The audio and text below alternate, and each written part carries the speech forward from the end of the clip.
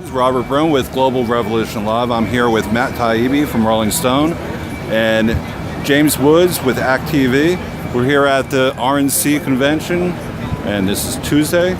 So what do you guys think of this situation? I mean, is there a situation yet? The staggering amount of democracy that I'm seeing with all the police and the permitted zones, I don't know. I was pretty much expecting it. Where is the free speech zone? Does anyone know where the free speech zone is? There's a free speech zone set up on this staircase. Right here, actually, this cage up here, that's the freedom of speech cage. That's where freedom of speech is permitted. That's a public speaking place. Not joking. You know, I was actually, the first free speech zone was what, Colorado, right? For Obama, right? Was that the first one? That might have been. Damn, that's a while ago, But they've gotten progressively more and more ridiculous, right? They look like WWE. That's the freedom cage, yeah. Okay, so Matt, you've written a lot about the issues. Money in politics, free trade. So with two choices between Hillary and Trump, if somebody had a gun to your head and forced you into a booth, who would you vote for?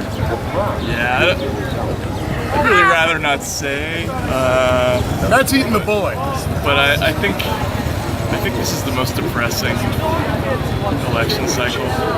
Although this is going to come out entirely the wrong way, but in a weird way, Trump's kind of victory on the Republican side was sort of a victory over, the insiderism. People actually voted in somebody who wasn't picked by the party, which you never see in America. So that, even though it was Donald Trump and he's crazy, I thought that was kind of encouraging in a weird way. I don't know. Do you feel the same way?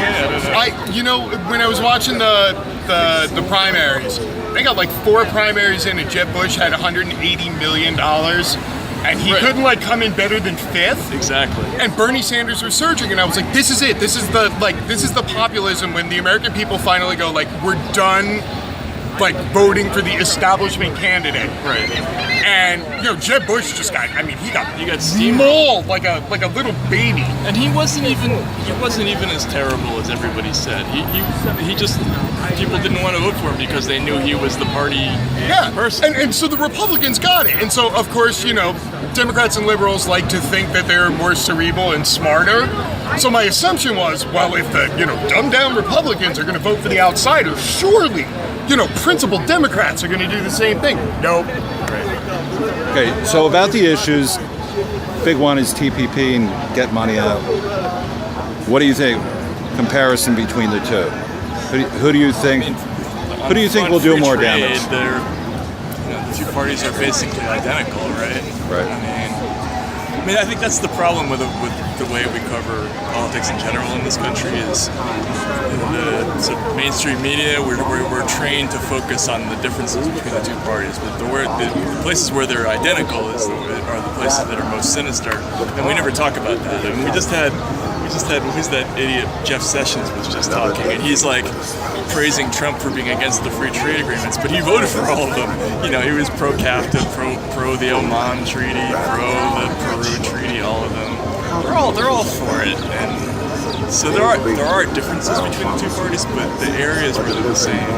It's the ideological differences, and the ideological differences go right out the window the second people start writing checks. Ideology ends where the checkbook begins. Yeah. And then you can say the same. I mean, the Democrats have been doing it for ages. We're against this, and then vote time comes, and they're like, 42 Democrats crossed the line and voted for something horrible. Right, exactly. Or the carried interest tax break.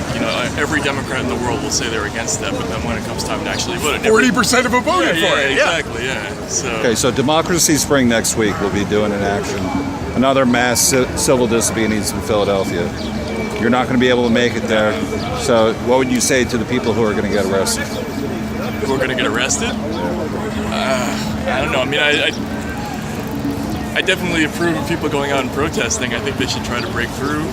But the problem is, look, there's 10 million reporters here, but they're all focused on one spot, and that's why people like you and James are important, because it's the stuff outside of the stage managed event that's important. So just try to get noticed. Whatever you're doing, try to make sure the message gets out however you can. Does that make sense? I mean, it's thankfully, you know, the distribution of media with the internet, it's a blessing and a curse. It's a blessing that everybody has access to it. The curse is that now people's attention is divided between a million places, so it's easier to get stuff out there. It's more difficult to get it to be viral and impactful. Exactly. Like you have a wider base, but there's so many different sources now that everybody has a different website or a different reporter. Everybody has somebody somewhere else they go. So it's a numbers game at this point. That's all it is.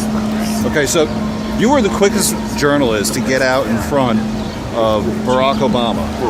Was that? And, well, with your article, calling him out, bailing on his progressive platform. Oh yeah. Well, that, So in that sense. now that we're 4 months or 5 months away from him exiting, what report card would you give Barack Obama? I don't know. It's tough because on the issues that I cover, you know, the Wall Street stuff, he was really bad. You know, I mean, he was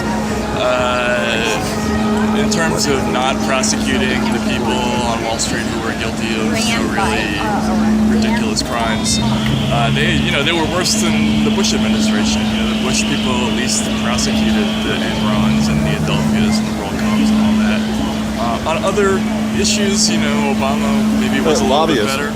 How about lobbyists? Oh, I remember covering Obama's campaign. I can't tell you how many times I heard him do the, let me be clear, there will never be a registered lobbyist in my White House. And like 8 hours into his presidency, you know, the number 2 guy in Treasury was a Goldman Sachs lobbyist, right? So, you know, they lie about everything. Does Obama lie more than other politicians? I don't know. I mean, I'd say he's about average, right? And I think this administration, I don't know. I can really only speak to the stuff that I covered, and on that, I think that was probably his weakest. That and the whole drone killing thing, and the whole suspension of civil rights thing, and probably a few other things. Oh, now the Monsanto thing. Right? Yeah. Hey guys, that's awesome. I think the Monsanto thing was the one that got me. That was,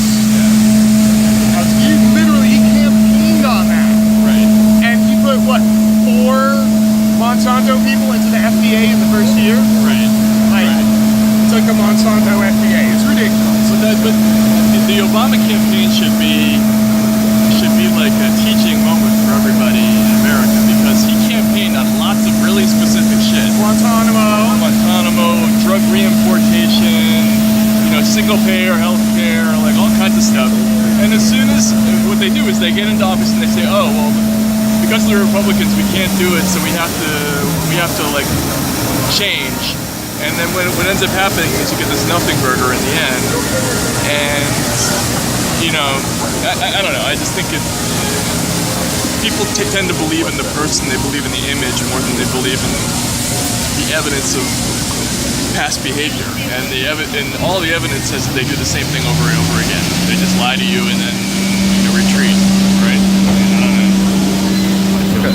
Well, I don't want to keep you here all night. So Yeah. I appreciate it. Thank you. Cool. Yep. All right. See you. Thank you, James.